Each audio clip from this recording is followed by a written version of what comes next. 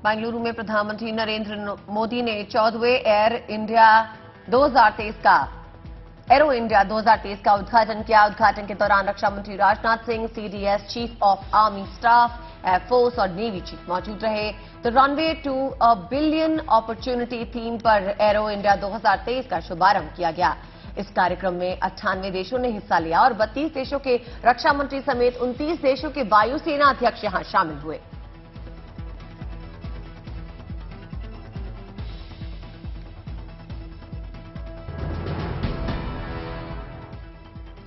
Air show के उद्घाटन पे अपने संबोधन में प्रधानमंत्री मोदी ने मेक इन इंडिया पर जोर देते हुए कहा, भारत सबसे बड़े रक्षा उत्पादक देशों की श्रेणी में तेजी से बढ़ रहा है। एयर इंडिया सिर्फ एक शो नहीं, ये आधुनिक भारत की एक ऊंचाई और सच्चाई, ये मेक इन इंडिया के सामर्थ्य का प्रमाण है। प्रधानमंत्री मोदी ने भारतीय सेना का उत्साह बढ़ाते हुए कहा, भारत के जवान सीमा पर दुश्मनों को रोकने और उन्हें मुंहतोड़ जवाब देना बखूबी जानते हैं।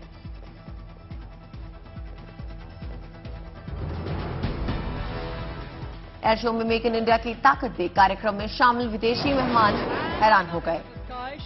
तेजस से भरी गगनचुंबी उड़ान, सुखोई 30 MKI फाइटर ध्रुव, लाइट कॉम्बैट हेलीकॉप्टर और लाइट यूटिलिटी हेलीकॉप्टर ने सबका ध्यान अपनी ओर खींचा।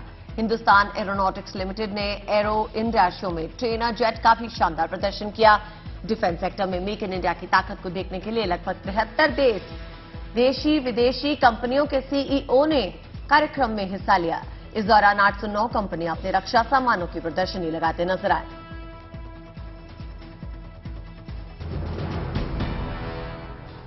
इस कार्यक्रम में लगभग 5 लाख दर्शकों के शामिल होने की उम्मीद है। 5 दिन तक चलने वाले इस एयर शो को देखने के लिए 16 और 17 फरवरी को आम लोगों को एंट्री मिलेगी।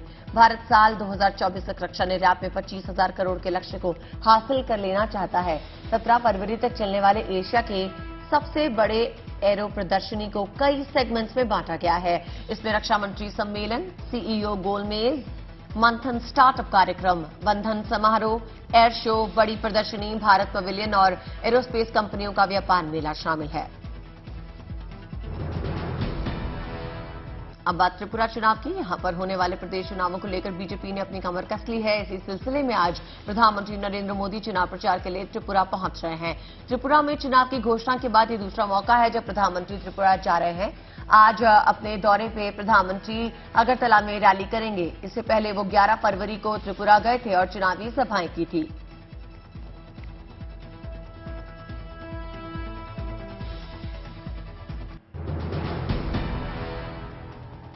अपने 2 दिन के उत्तर प्रदेश के दौरे के दूसरे दिन राष्ट्रपति द्रौपदी मुर्मू आज बनारस पहुंची। यहां उन्होंने बाबा साहेब भीमराव अंबेडकर विवि के 10वें दीक्षांत समारोह में 10 मेधावी छात्रों को सम्मानित किया। दीक्षांत कार्यक्रम के दौरान विशिष्ट अतिथि के रूप में राज्यपाल आनंदीबेन पटेल और उच्च शिक्षा मंत्री योगेंद्र उपाध्याय मौजूद रहे। राष्ट्रपति मुर्मू आज दोपहर 3 बजे के करीब लाल बहादुर शास्त्री हवाई अड्डे पर उतरेंगी। राज्यपाल आनंदीबेन पटेल और मुख्यमंत्री योगी आदित्यनाथ राष्ट्रपति का एयरपोर्ट पे स्वागत करेंगे। राष्ट्रपति मुर्मू कार से सबसे पहले काल भैरव मंदिर जाएंगी। दर्शन पूजन के बाद श्री काशी विश्वनाथ धाम पहुंचेंगी। बाबा विश्वनाथ के दरबार में मत्था टेकने के बाद गंगा आरती देखेंगी। इसके बाद कार से बाबतपुर एयरपोर्ट पहुंचकर देर शाम लगभग 7 बजे दिल्ली के लिए प्रस्थान करेंगे।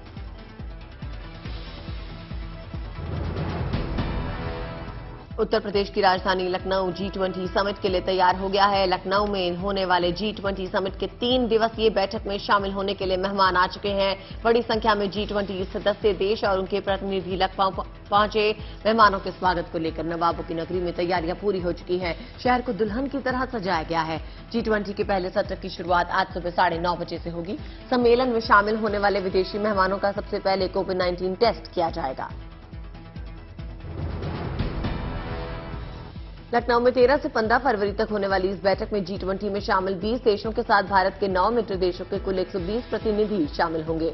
G20 के प्रतिनिधि मंडल जहां जहां से होकर गुजरेंगे उन रास्तों को फूलों से सजाया गया है। रंग बिरंगी लाइट्स की रोशनी से लखनऊ जगमगा उठा है। सम्मेलन में डिजिटल इकोनॉमी वर्किंग ग्रुप की बैठक में digital public infrastructure, digital economic में साइबर सिक्योरिटी और डिजिटल कुशलता पे मंथन होगा।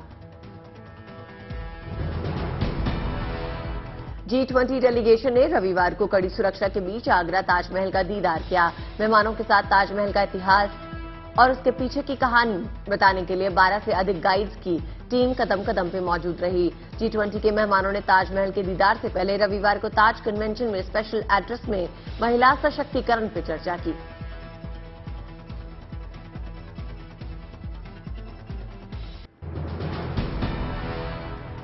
कर्नाटक में कांग्रेस इस हफ्ते से डोर टू डोर कैंपेन शुरुआत करेगी। कर्नाटक चुनाव को लेकर जमीन पर कांग्रेस पूरी तरह सक्रिय हो गई है। पार्टी की तरफ से बड़े बड़े वादे किए जा रहे हैं। इसके साथ ही उन वादों का प्रचार ठीक तरह से हो, इस पर ध्यान दिया जा रहा है। इसके दौरान मुफ्त बिजली वाले वादों के ज्यादा से ज्यादा प्रचार पर जोर देने की तैयारी है। राहुल गांधी आज अपने संसदीय क्षेत्र वायनाड के दौरे पे हैं, जहां वो कई कार्यक्रमों में शामिल होंगे। वायनाड के कालपेट्टा, पुथुचेरी और अन्य इलाकों में राहुल के कार्यक्रम तय हैं। एक दिन पहले ही वो कालीकट पहुंचे। वहां एयरपोर्ट पर बड़ी संख्या में कांग्रेस कार्यकर्ता मौजूद थे, जहां राहुल के बाद समर्थकों ने उनका भव्य स्वागत किया। दोपहर में वो लाभार्थियों को 25 घरों का हैंडओवर भी करेंगे। उत्तराखंड के मुख्यमंत्री पुष्कर सिंह धामी पौड़ी के रावत गांव पहुंचे। यहां कार्यक्रमों में शामिल होने के बाद सीएम पुष्कर सिंह धामी रुकने के लिए सर्किट हाउस नहीं गए, बल्कि होम स्टे में ठहरने के लिए लोगों के बीच पहुंच गए। धामी ग्रामवासियों से मुलाकात कर उनका हालचाल जाना, पहाड़ी शैली पर बने होम स्टे का मुआयना करते हुए खुशी जाहिर की। साथ ही स्थानीय लोगों से रिंगाल के बने प्रोडक्ट्स उत्पादों के बारे में जानकारी ली।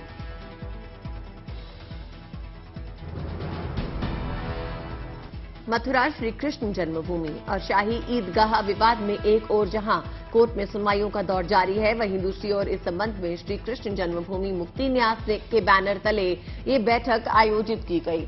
बैठक में मथुरा, वृंदावन समेत ब्रज के प्रमुख संत महात्माओं ने हिस्सा लिया। इसके अलावा दूसरे संगठनों के पद अधिकारी समेत स्थानीय लोग बैठक में शामिल हुए। महाराष्ट्र के रत्नागिरी में एक पत्रकार की हत्या के बाद राज्य सरकार ने उसके परिजनों को 25 लाख रुपए की आर्थिक मदद की घोषणा की। रविवार को महाराष्ट्र के उद्योग मंत्री उदय सामंत ने मृत पत्रकार शशिकांत वारशे की बेटी को सरकारी नौकरी देने का आश्वासन दिया। उदय सामंत ने कहा, महाराष्ट्र सरकार की ओर से वारशे के परिजनों को मुख्यमंत्री सहायता निधि से आर्थिक मदद की जाएगी। वारशे को बीते 6 फरवरी को जमीन कारोबार से जुड़े एक दबंग ने जानबूझकर जीप से टक्कर मार दी थी। इसके बाद इलाज के दौरान वारशे की अस्पताल में मौत हो गई थी। गुड न्यूज है गोवा से, जहां सप्तकोटेश्वर मंदिर का जीर्णोद्धार किया गया है। जीर्णोद्धार के बाद मंदिर का उद्घाटन बड़े धूमधाम और भव्य तरीके से हुआ। मंदिर के जीर्णोद्धार को लेकर प्रधानमंत्री नरेंद्र मोदी ने खुशी जताई। सप्तकोटेश्वर मंदिर का इतिहास 350 साल पुराना है। यह मंदिर राजधानी पणजी से 35 किलोमीटर दूर उत्तर गोवा जिले के नरवे गांव में स्थित है। महाराजा छत्रपति शिवाजी महाराज के 3 शताब्दी पहले इस मंदिर को पुनर्निर्मित कराया था।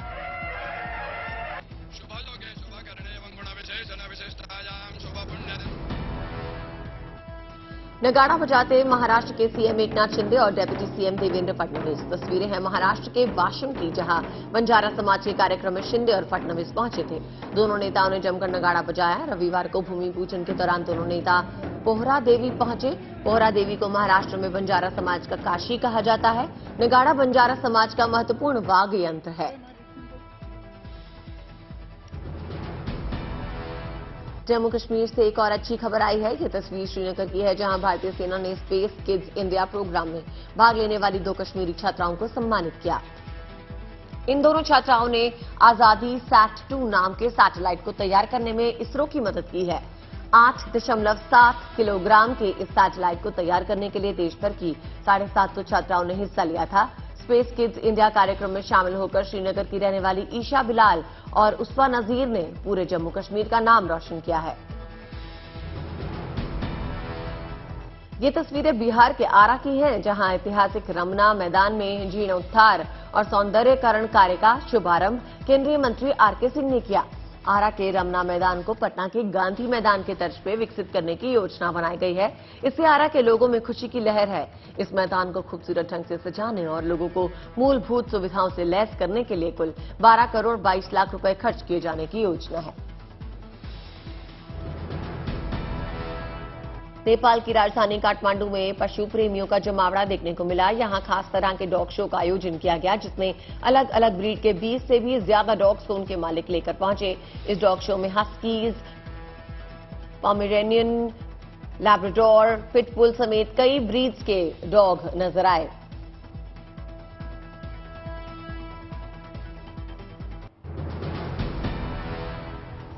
कानपुर में रविवार को अखिल भारतीय चौरसिया समाज के 22वें वार्षिक समारोह के दौरान 25 जोड़ों का सामूहिक विवाह किया गया। देश के अलग अलग प्रांतों से आए युवक युवतियों का विवाह पूरे रीति रिवाज से हुआ।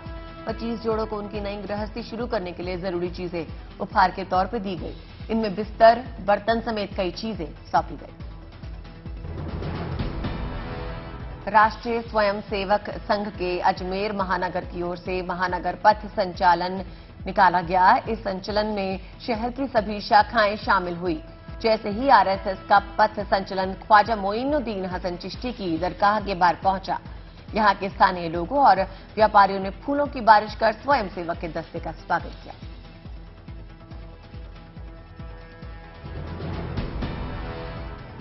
इंदौर में करीब 2 करोड़ रुपए की चोरी हुए मोबाइल, पुलिस ने जनता को लौटाए। मोबाइल पाकर लोगों के खिले चेहरे। इंदौर पुलिस ने अब तक 500 मोबाइल्स को ढूंढ निकाला और उन्हें उनके सही मालिकों तक पहुंचाने का काम किया।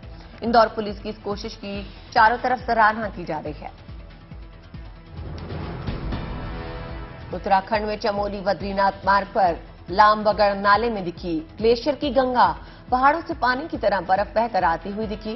पहाड़ों में हुई 2 दिन की भारी बर्फबारी के बाद अब लामबगड़ नाले में ग्लेशियर की बहने की तस्वीरें सामने आ रही हैं।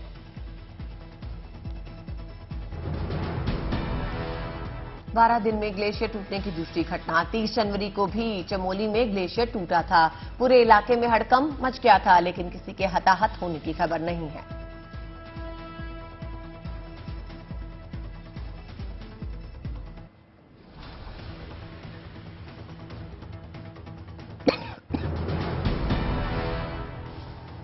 Vintage and classic car club of India की ओर से मुंबई में विंटेज कार रैली का आयोजन किया गया।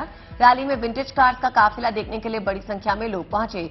इस दौरान लोगों को पुराने वक्त की तकनीक की जानकारी मिली। साथ ही लोगों ने पुरानी शान और शौकत के साथ कार के विकास के क्रम को भी यहां पर समझा। लोगों ने विंटेज कारों के साथ सेल्फी भी ली।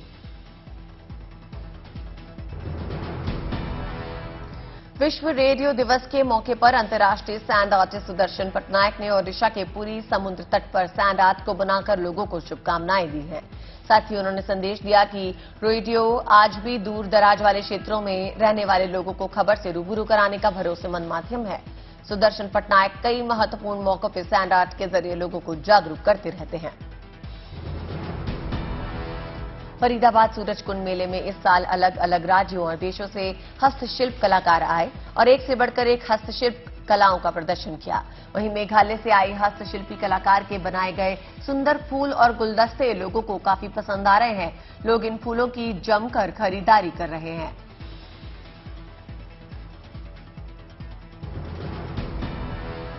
जम्मू कश्मीर में विकास की रफ्तार तेज हो गई है। निवेश के नए द्वार खुल रहे हैं और युवाओं को बेहतर भविष्य का अवसर मिल रहा है। जम्मू कश्मीर सरकार युवाओं को रोजगार देने के लिए रोज नई योजनाएं लेकर आ रही है। अब एक बार फिर जम्मू और कश्मीर सरकार ने सीमावर्ती जिले में बेरोजगार कश्मीरी युवाओं के लिए एक मेगा जॉब फेयर का आयोजन किया। इस जॉब फेयर में कंपनियों ने हिस्सा लिया है। आस्था और भक्ति की तस्वीरें सामने आई हैं उज्जैन के महाकाल मंदिर से। महाकाल मंदिर में शिव नवरात्रि का शुभारंभ हो चुका है। इस मौके पर महाकाल का भव्य श्रृंगार किया गया। सुबह से ही महाकाल के दर्शन के लिए भारी संख्या में भक्त उमड़ रहे हैं।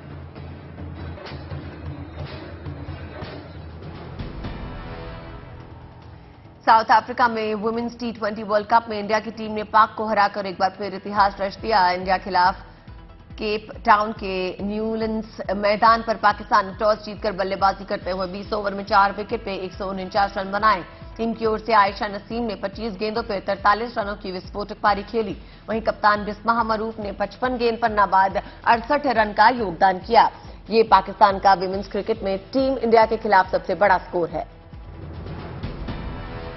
भारतीय क्रिकेट के लिए आज दिन काफी ऐतिहासिक होने जा रहा है। आज महिला प्रीमियर लीग के लिए खिलाड़ियों की नीलामी होगी। मुंबई के जियो वर्ल्ड कन्वेंशन सेंटर में होने वाली नीलामी में 409 खिलाड़ियों की बोली लगेगी। इन 409 खिलाड़ियों में 246 भारतीय और 163 विदेशी प्लेयर हैं।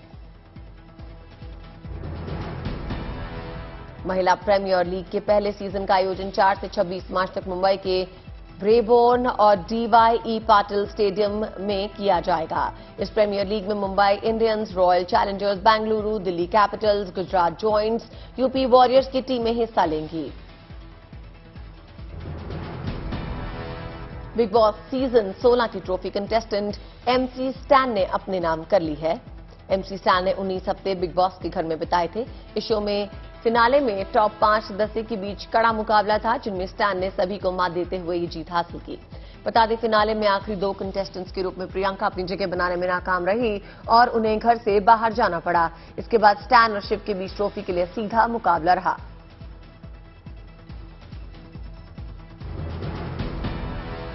फिल्म दृश्यम 2 के डायरेक्टर अभिषेक पाठक और फिल्म खुदा हाफिज की एक्ट्रेस शिवालिका ओबरॉय अब शादी के बंधन में बंध गए। कपल ने 9 फरवरी को गोवा में 7 फेरे लिए। 12 फरवरी को शिवालिका ने अपने इंस्टाग्राम हैंडल पे अपने वेडिंग डे की वीडियोस शेयर की हैं।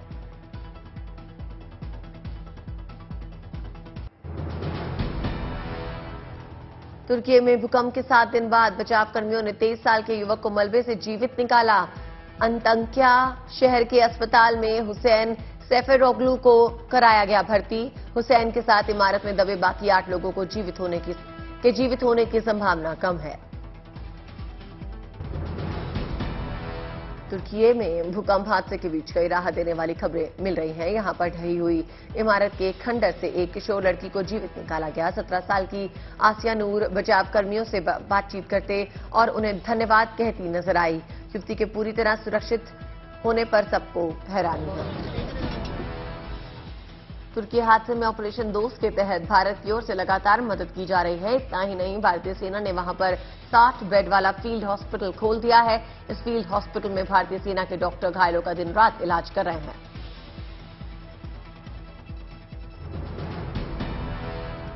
अमेरिकी सेनेट में मेजॉरिटी लीडर चक शूमर का दावा, अमेरिकी हवाई क्षेत्र में जिन अज्ञात वस्तुओं को शुक्रवार, शनिवार और रविवार को मार गिराया गया वो सभी गुब्बारे थे। इससे पहले अमेरिका फाइटर जेट ने चीन के जासूसी गुब्बारों को निशाना बनाया था।